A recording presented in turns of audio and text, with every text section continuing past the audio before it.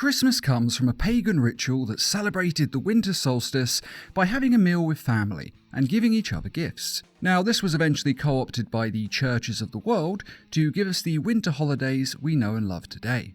And though it has changed in many ways, the message stays the same. It's the middle of winter and life is hard. So let's come together with those we love and enjoy ourselves. And remember that there is light at the end of the tunnel. It's a message that has been a little overused, yes, but at the same time, it's always relevant and relatable, which is why Christmas movies and TV-themed episodes endure year after year. In my family, we always watch the Muppets Christmas Carol movie and Robbie the Reindeer at Christmas. It's a little tradition we started years ago because they are fun Christmas stories. So I thought I'd take a look at the best DC animation Christmas stories, so you know which ones are the best to watch for this time of year. Justice League. Now, this episode is a little bit silly in places, and really it makes no actual sense. But that's sort of the point, to show that we can find a little comfort and joy with the people around us, and that there is good in all of us. Now, there are a few overlapping stories in this episode. One is that of Martian Manhunter, who has no family, and is a bit lost with the whole idea of Christmas. So Superman brings him home with him to his farm to join in his family Christmas celebration. I'm a Martian. Oh, we're no strangers to aliens in this house. And that actually makes a lot of sense. I mean, they are both immigrants from dead worlds after all, so they have a lot in common. And it's touching to see Superman try to share the joy and family he has with Martian Manhunter. Meanwhile, Green Lantern and Hawkgirl's romance is growing as they show each other how they like to spend the holidays. And Batman takes Watchtower duty so that the others can enjoy their time off. Crime doesn't take a holiday after all, so why would Batman?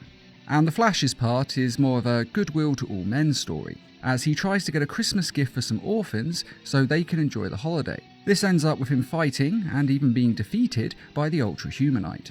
But once he realises what the Flash is trying to do, he changes his mind and decides to help him. Now, it is a bit weird for the villain to want to help out the orphans, I know, but it is nice to think that there is a little bit of good in all of us, even the most evil of us. And of course that the Christmas spirit is able to bring this out of him. Of course, that being said, he doesn't let the orphans have the toy as it's meant to be. He reprograms it to give them some classical literature and knowledge, as he feels that the pre-recording for the toy is a bit stupid in the words it says.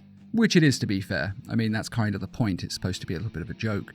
So like I say, this episode is a bit silly in places, as the villain doing this is a bit odd. But it is believable enough to roll with, at least until the Ultra-Humanite goes to jail without a fuss. I mean, that part makes no sense at all. But on the whole, this is a nice DC Christmas episode. Silly in places, but it does have a touching message, and it's nice to see the League enjoying Christmas on their downtime. Gives a little personal touch to our heroes. Static Shock. The thing I love most about this episode is that it isn't just a Christmas episode. They celebrate other faiths as well, as Static is invited to all the holiday celebrations of his friends. And while it isn't the first Hanukkah that we've seen on TV, it is nice to see DC represent it.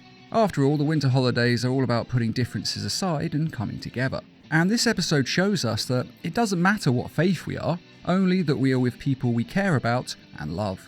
Now, I know that's quite a corny and cliched thing for me to say, but it is true. The whole point of Christmas is to give a little joy to the darkest, longest, coldest nights of the year after all. And it is a dark story that they tell. It's about a child whose sick mother dies and then she ends up living on the street, and later gets ice powers in an accident, powers that she can't fully control, and on top of which her mental state is in disarray due to the trauma of her life, as she loses control of her powers, and Static has to stop her and try to help her at the same time. As it's not really her fault, to be fair. That's the problem with mental illness. We do want to blame people for what they're doing, but they don't actually know what they're doing. They're not in control of their faculties, and what they need is help, not punishment.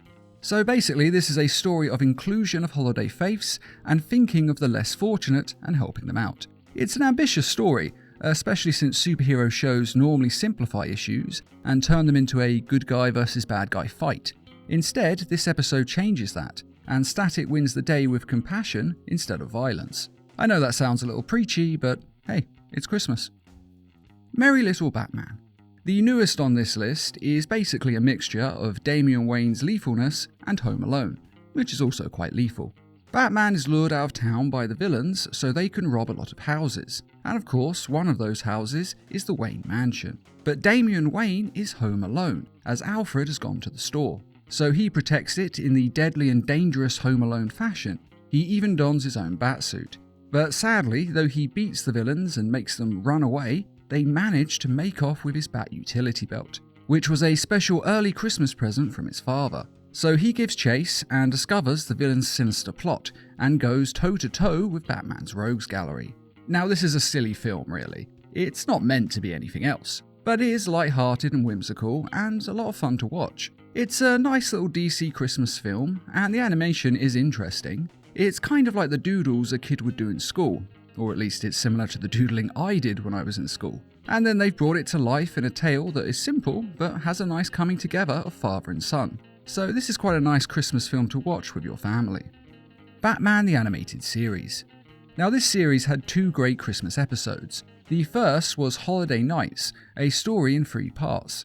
One shows Poison Ivy and Harley Quinn stealing Bruce Wayne and his credit card and going on a shopping spree, which I think we can all agree is a fantasy that we kind of share. Going out with a billionaire's credit card and buying anything we want without having to worry about the cost at all. I mean, that would truly be a Christmas miracle. And it all goes quite well for them, at least until Batman mysteriously learns about what they're doing and turns up to stop the crime. Now the next story is one that we've all experienced, trying to find and buy a last-minute present for family. Though in this version, Barbara Gordon tries to find the perfect gift for her father, and she happens upon Clayface shoplifting, and so she has to take him down. And the third is a more traditional Batman story, as he and Robin try to stop the Joker from killing a crowd of Gotham citizens. Christmas is the perfect time for a villain to strike at a crowd after all. And overall, this episode has a nice touch of relatable Christmas chores mixed with the crime fighting of the Bat family, and it is one of the best classic Batman Christmas stories. And the second episode is Christmas with the Joker. It features what is essentially a Christmas special episode with the Joker, playing on popular themes of live Christmas specials, while Batman and Robin race to stop him and save the hostages. And Joker has of course left plenty of obstacles for them to overcome. And honestly, I think this would have been a great piece of DLC for one of the Arkham games. Sure, it's not as serious as the game's tone usually is, but this could have been adapted into a fun little Easter egg DLC as a special Christmas gift to the fans. And seriously, if there's anyone out there who knows how to program, this is the story that you should make on an Arkham DLC if you're doing a mod. Arkham Origins. Now, this game is set at Christmas, and of course the cutscenes make it into a feature-length animated film. All video games do have that these days after all, and it's not a bad story at all. 2 years into Batman's war on crime, we see the Joker come to town and decide to put a $50 million bounty out on Batman's head. And then he tries to blow up Gotham City with dozens of bombs that he's hidden in Gotham sewers.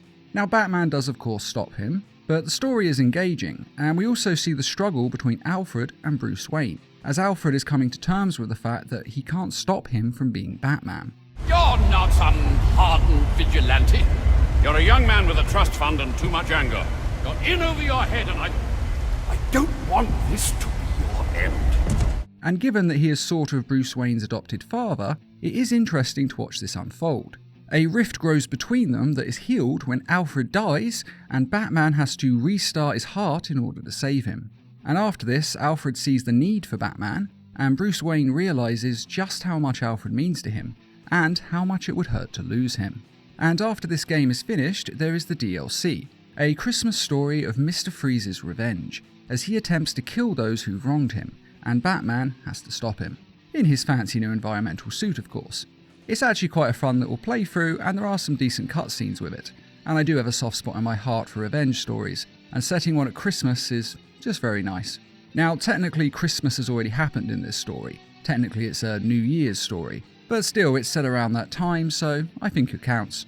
And personally, I think this is a very underrated story and game. And while we have a lot of Christmas movies, there aren't as many Christmas games out there. So this is quite a nice addition to the DC Christmas lore.